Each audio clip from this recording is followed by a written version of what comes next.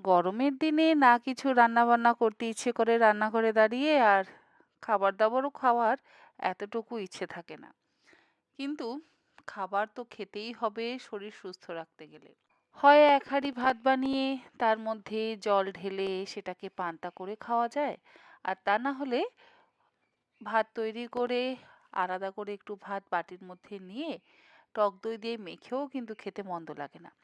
তবে তার মধ্যে অনেকে কিন্তু চিনি বা গুড় দিয়ে খেতে বেশি পছন্দ করেন। আমার আবার চিনি বা গুড় কোনোটা দিয়েই খেতে ভালো লাগে না। আমার আবার নুন দিয়ে আর একটু কারি পাতা, সর্ষে, শুকনো লঙ্কা ফোড়ন দিয়ে কার্ড রাইস বা দই ভাত খেতে বেশি ভালো লাগে। দক্ষিণ ভারতে তো এরকমভাবে কার্ড রাইস বানিয়ে অনেকেই খান। আমিও আজকে এইভাবেই কার্ড রাইস বানিয়ে খাচ্ছি। প্রথমেই একটা বাটির মধ্যে বেশ কিছুটা পরিমাণে ভাত নিয়ে তার মধ্যে বেশ কিছুটা পরিমাণে টক দই দিয়ে ভালো করে মেখে রেখে দিলাম।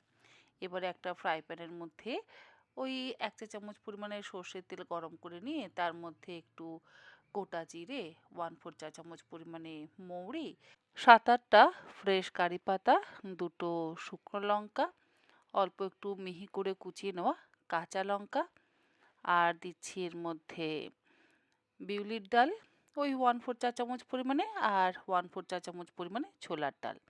এবারে গ্যাসের ফ্লেমটাকে মিডিয়ামে রেখে এই সব কিছুকে একসাথে ভালো করে একটু ভেজে নিচ্ছি। এরপরে আমি এই ফোড়নটা দিয়ে দিলাম মেখে রাখা দই ভাতের মধ্যে। স্বাদ অনুসারে লবণ দিয়ে দিলাম, আর দিচ্ছি বেশ কিছুটা পরিমাণে কাঁচা পেঁয়াজ।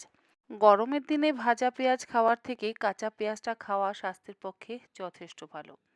আর দেব অল্প একটু রোস্টেড জিরে গুঁড়ো। এবারে সমস্ত কিছু একসাথে ভালো করে মেখে নিলেই দই ভাত তৈরি। তবে এর মধ্যে আমি আরেকটু টক দই অ্যাড করব, যাতে আরেকটু পাতলা হয়। সেটা খেতে আমার একটু বেশি ভালো লাগে। আপনারা দইয়ের পরিমাণটা অবশ্যই নিজেদের ইচ্ছে মতন ব্যবহার করতে পারেন। আমি অল্প একটু জলের মধ্যে দইটাকে ফেটিয়ে নিয়ে সেটা দিয়ে দিলাম। গরমের দিনে এরকম ঠান্ডা ঠান্ডা দই ভাত খেতে আমার তো ভীষণ ভালো লাগে।